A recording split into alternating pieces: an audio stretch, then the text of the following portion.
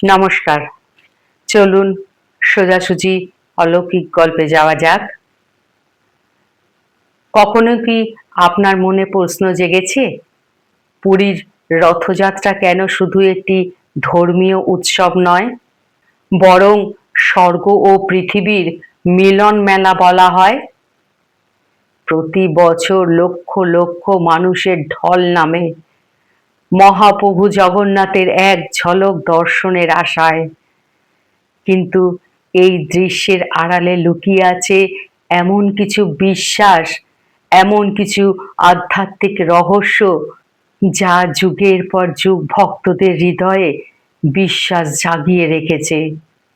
শাস্ত্র ও বৈষ্ণব পরম্পরায় বলা হয়, ভক্তি যখন নিঃস্বার্থ হয়, তখন তার সীমা শুধু পৃথিবীতে আটকে থাকে না, সেই আহ্বান পৌঁছে যায় দেবলোকেও। তাই রথযাত্রা কেবল একটি উৎসব নয়, এটি ভক্তি, সমর্পণ এবং ঈশ্বরের অপরিসীম করুণার এক অনন্য মহামিলন। আজ আমরা এমনই এক প্রাচীন বিশ্বাসের কাহিনী জানব, যা আমাদের মনে করিয়ে দেয় ভগবানের সান্নিধ্য লাভের জন্য বাহ্যিক পরিচয় নয়, দরকার একটি নির্মল ও ভক্তিময় হৃদয়। শেষ পর্যন্ত অবশ্যই সঙ্গে থাকবেন, কারণ এই কাহিনীর শিক্ষা হয়তো আপনার ভক্তির দৃষ্টিভঙ্গিকেই নতুনভাবে ভাবতে শেখাবে। পুরীধামের রথযাত্রার দিন চারিদিকে শঙ্খধ্বনি, হরিনাম, কীর্তন ও জয় জগন্নাথ ধ্বনিতে আকাশ বাতাস মুখরিত। লক্ষ লক্ষ ভক্ত রথের দড়ি স্পর্শ করার জন্য অপেক্ষা করছেন।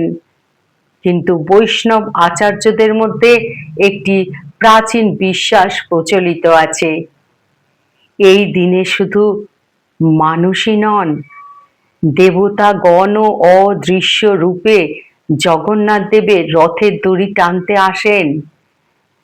কথিত আছে, একবার দেবর্ষি নারদ বৈকুণ্ঠে ভগবান নারায়ণকে জিজ্ঞাসা করলেন, প্রভু, আপনার নিত্য সেবক দেবতারা স্বর্গলোক ছেড়ে কেন পুরীতে রথযাত্রার দিন আসেন? ভগবান নারায়ণ মৃদু হেসে বললেন, দেবর্ষি নারদ, বছরের এই একটি দিন আমি সকলের কাছে নিজেই যাই। আজ আমার দর্শনের জন্য কোনো বড় ছোট, ধনী গরিব, জাতি বা বর্ণের ভেদ নেই।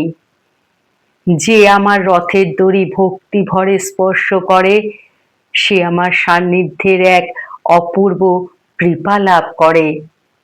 এই দিব্য সেবা থেকে দেবতারাও বঞ্চিত হতে চান না।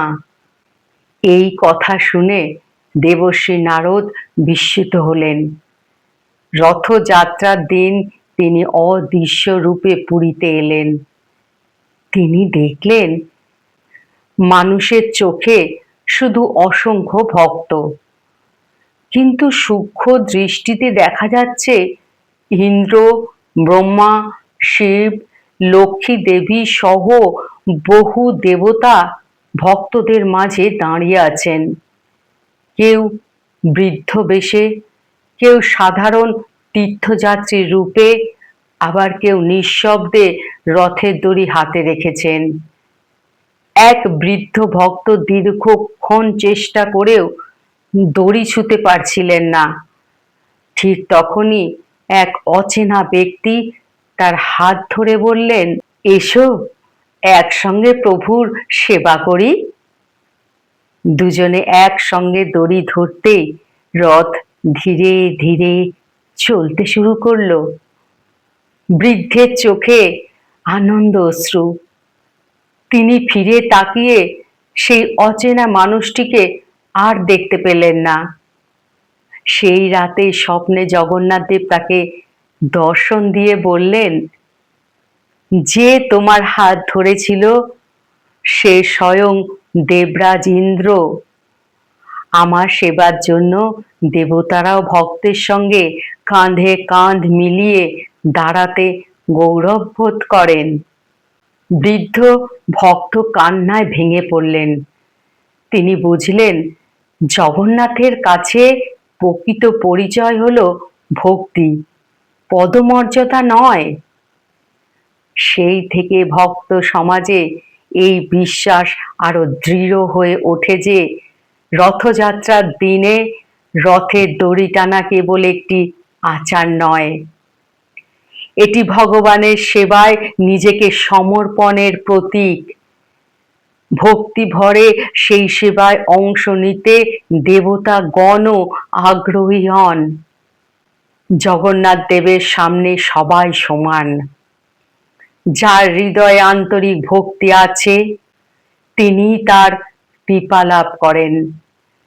রথের দড়ি টানার আসল মাহাত্ম্য দড়ির শক্তিতে নয়, ভক্তির গভীরতায়। তাই রথযাত্রার দিন যখন লক্ষ লক্ষ মানুষের সঙ্গে জয় জগন্নাথ ধ্বনি ওঠে, তখন বিশ্বাস করা হয় যে সেই ধ্বনিতে দেবলোকও আনন্দে মুখরিত হয়ে ওঠে, আর দেবতারাও অদৃশ্যভাবে সেই মহাসেবায় অংশগ্রহণ করেন। এই কাহিনী আমাদের মনে করিয়ে দেয় ঈশ্বরের কৃপা কখন, কোথায় এবং কিভাবে প্রকাশ পাবে তা মানুষের পক্ষে জানা সম্ভব নয়। কিন্তু একটি বিষয় চিরন্তন সত্য, যে হৃদয়ে অহংকারের পরিবর্তে ভক্তি থাকে সেখানে ভগবানের আশীর্বাদ নিজেই পথ খুঁজে নেয়। জীবনের পথেও আমরা যেন ঠিক সেইভাবেই এগিয়ে চলি, নম্রতা, সেবা, ভালোবাসা এবং বিশ্বাসকে সঙ্গী করে। কারণ ভক্তির প্রতিটি ছোট ছোট পদক্ষেপই একদিন আমাদের ঈশ্বরের আরো কাছাকাছি পৌঁছে দেবে।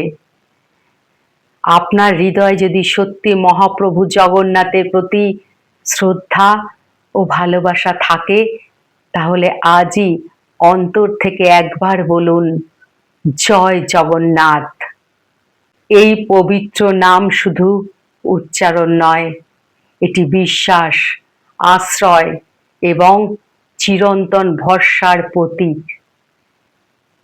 ভিডিওটি ভালো লাগলে একটি লাইক করবেন, আপনার বন্ধু ও পরিবারের সদস্যের সঙ্গে ভিডিওটি শেয়ার করে তাদেরও শোনার সুযোগ করে দেবেন।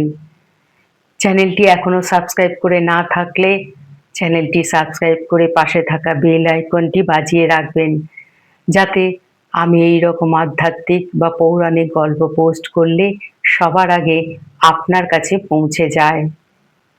মহাপ্রভুর কৃপা আপনার, আপনার পরিবারের জীবনে শান্তি, শুভ এবং মঙ্গল বয়ে আনুক।